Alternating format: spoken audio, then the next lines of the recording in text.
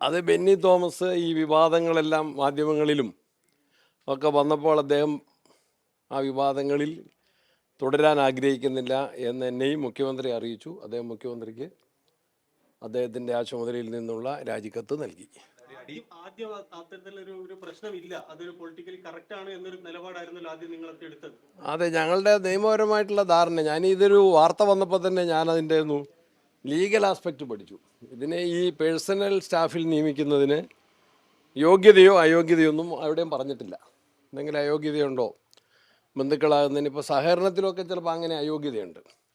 അപ്പോൾ അയോഗ്യതയൊന്നുമില്ല. പിന്നെ പൊളിറ്റിക്കലായിട്ട് നോക്കുമ്പോൾ ബെന്നി തോമസിനെ കുറിച്ച് നിങ്ങൾ വേണമെങ്കിൽ വിളിക്കില്ല. അദ്ദേഹത്തിൻ്റെ ഇവിടെ നിന്ന് 5 കിലോമീറ്ററേ ഉള്ളൂ അദ്ദേഹത്തിൻ്റെ നാട്ടിലേക്ക്. അവിടെ പോയി അന്വേഷിക്കണം. എന്നോട് സഹപ്രവർത്തകരെല്ലാവരും, കണ്ണൂരിലെ കോൺഗ്രസിൻ്റെ നേതാക്കന്മാരും സഹപ്രവർത്തകരും എല്ലാവരും ആവശ്യപ്പെട്ടു. അതിന് രാഷ്ട്രീയം പോലും ഇല്ല. പലരും എന്നോട് ആവശ്യപ്പെട്ടു ബെന്നി തോമസ് തുടരണമെന്ന് ആവശ്യപ്പെട്ടു. ആ നിലപാടായിരുന്നു ഞാനും സ്വീകരിച്ചത്. KPCC യോഗത്തിലും ഒരു ചെറിയ പരാമർശനം ഉണ്ടായി എന്നുള്ളതൊരു യാഥാർത്ഥ്യമാണ്. ആ വ്യക്തി തന്നെ അത് തിരുത്തി പറഞ്ഞു, വേറെ ആരും തന്നെ ഒന്നും പറഞ്ഞില്ല. എങ്കിൽ പോലും വിവാദം തുടരുന്നത് അദ്ദേഹം പ്രവർത്തിക്കുന്ന ആ പ്രവർത്തനം വിജയിക്കാനും ഗുണം ചെയ്യില്ല.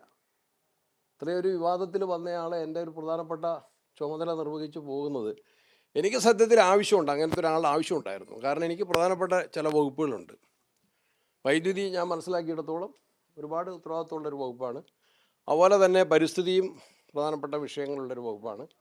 അപ്പോൾ എന്നെ സഹായിക്കാൻ വിശ്വസ്തതയുള്ള കൂറുള്ള സാമാന്യന് എനിക്ക് അറിയാവുന്ന ഇവിടുത്തെ ജനങ്ങളുമായിട്ടും കൂടെ ബന്ധമുള്ള ഒരാളെന്നുള്ള നിലയ്ക്കാണ് അദ്ദേഹത്തെ നിയോഗിച്ചത്. അതൊരു വാർത്തയും വിവാദമായിട്ട് വന്നപ്പോൾ അത് ഒഴിവാക്കാൻ വേണ്ടി ആഗ്രഹിച്ചു. അദ്ദേഹം തന്നെ മുൻകൈ എടുത്തു. ബെന്നി ആരെന്നുള്ളത് കൃത്യമായിട്ട് മനസ്സിലാക്കണമെങ്കിൽ ഉളിക്കലിൽ അദ്ദേഹത്തിൻ്റെ നാട്ടിൽ പോയി അന്വേഷിക്കണം. നിയമപരമായിട്ട് ഒരു തടസ്സം ഇല്ലെങ്കിൽ അങ്ങനെ ഒരു യോഗ്യനായ ഒരാളെ നീക്കേണ്ട കാര്യം ഉണ്ടായിരുന്നോ?